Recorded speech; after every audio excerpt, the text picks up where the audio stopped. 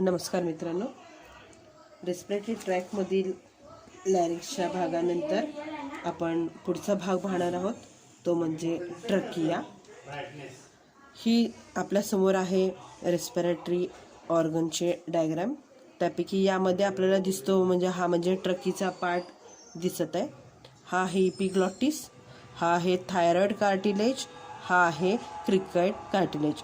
Thyroid cartilage आणि cricoid cartilage हे दोन्ही पार्ट्स आहेत ते लॅरिंक्सचे आहेत। इपिग्लॉटिस हा सुद्धा लॅरिंक्सचा भाग आहे। एंटेरियर पार्ट ऑफ या लॅरिंक्सचा तो पार्ट आहे की जो कॉमन पॅसेज जो आहे फॅरिंग्स यांच्यातून जी होणारी फूडची एंट्री आहे, हा कॉमन पॅसेज आहे रेस्पिरेशनसाठी आणि डायजेस्टिव्ह सिस्टमसाठी।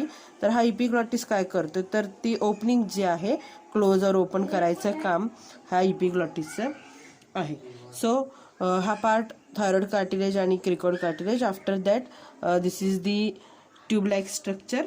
त्या ट्यूब लाईक स्ट्रक्चरला आपल्याला म्हणायचं आहे ट्रकिया। आणि साधारणपणे या ट्रकियाची लेंथ जर आपण बघितली तर ती आहे 10 ते 11 सेंटीमीटर लॉंग।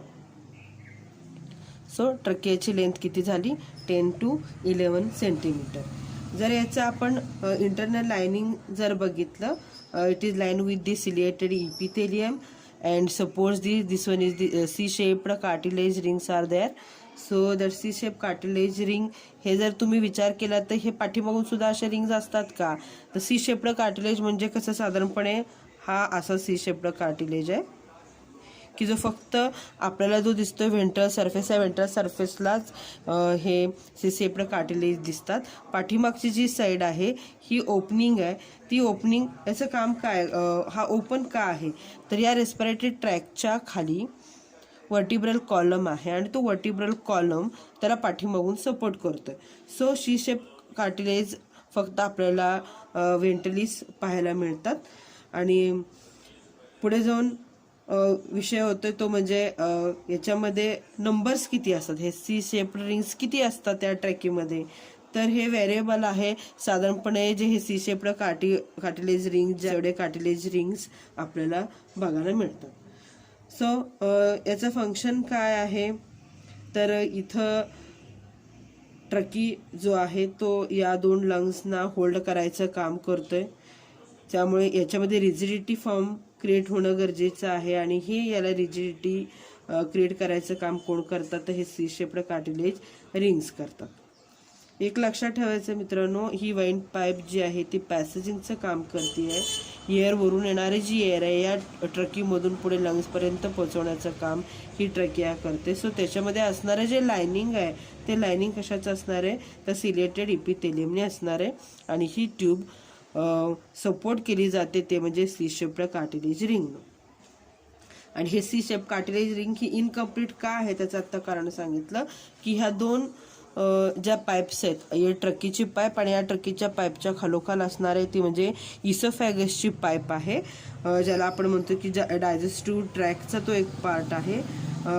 आणि पाठीमागून इसोफॅगसचा त्याला सपोर्ट आहे आणि इसोफॅगसचा पाठीमागून वर्टिब्रल कॉलमचा सपोर्ट आहे। सो पाठीमागच्या रिंगला जर कंप्लीट असतं तर इसोफॅगसला त्याचा कदाचित डॅमेज झाला असता, त्यामुळे नॅचरली तो कसा आहे इनकम्प्लीट आणि सी शेप्ड आहे। सो फक्त हे सी शेपचं फंक्शनच काय, तर कोलॅप्सिंग होण्यापासून वाचवणे, हा एक सगळ्यात महत्त्वाचं काम या सी शेप्ड रिंगचं आपल्याला सांगता येईल। Then after that trachea is divides into 2 bronchi. That bronchi we are called as the primary bronchi. That primary ब्रॉन्कायच्या बाबतीत जर सांगायचं झालं तर ह्या प्रायमरी ब्रॉन्कायमध्ये सुद्धा असे सी शेप्ड रिंग्स आपल्याला पाहायला मिळतात। राईट लंग्समध्ये सुद्धा मर्ज झालेली दिसते, लेफ्ट लंग्समध्ये सुद्धा ती एंटर झालेली दिसते। जिथे या लंग्समध्ये हे प्रायमरी ब्रॉन्काय एंटर्स होतात त्या पोझिशनला, त्या जागेला आपल्याला काय म्हणायचं आहे, हिलम। सो हा हिलम इथे या प्रायमरी ब्रॉन्कायजला एंटर्स देतो। आणि फायनली हे प्रायमरी ब्रॉन्काय जे आहेत दोघांमध्ये, जसं की राईट साईडला जाणारी जी प्रायमरी ब्रॉन्काय ज्याला म्हणायचं आहे राईट प्रायमरी ब्रॉन्काय, लेफ्ट लंगमध्ये जाणारी ही लेफ्ट प्रायमरी ब्रॉन्काय. या दोघांच्या मध्ये काय डिफरन्स आहे मित्रांनो, एक लक्षात घ्यायचं आहे. डायग्राम काढतानाही त्या पद्धतीनेच आपल्याला विचार करावा लागेल. राईट ब्रॉन्चेसच्या बाबतीत जर सांगितलं तर याची जी लेंथ आहे साधारणपणे या प्रायमरी ब्रॉन्कायची इथून ही जी लेंथ आहे ती लेंथ किती आहे तर 2.5 सेंटीमीटर एवढी त्याची लेंथ आहे. तर लेफ्ट ब्रॉन्कायच्या बाबतीत जर आपल्याला सांगायचं झालं तर लेफ्ट ब्रॉन्कसची ही जी लेंथ आहे ती लेंथ किती आहे 5 सेंटीमीटर. सो काढताना तुम्हाला त्या पद्धतीनंच काढावे लागेल. आणि स्ट्रक्चरच्या बाबतीत डिफरन्शिएट करायचं आहे की राईट हा ब्रॉन्काय जो आहे हा वायडर आहे as a comparative to left side. म्हणजे हा वायडर दाखवायचा आहे आणि हा नॅरो दाखवायचा आहे.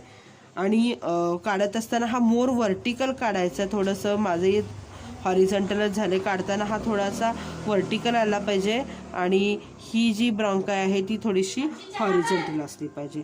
सो या दोघांमधला डिफरन्स लक्षात ठेवा की राईट प्रायमरी ब्रॉन्काय आणि लेफ्ट प्रायमरी ब्रॉन्कायमध्ये काय फरक आहे.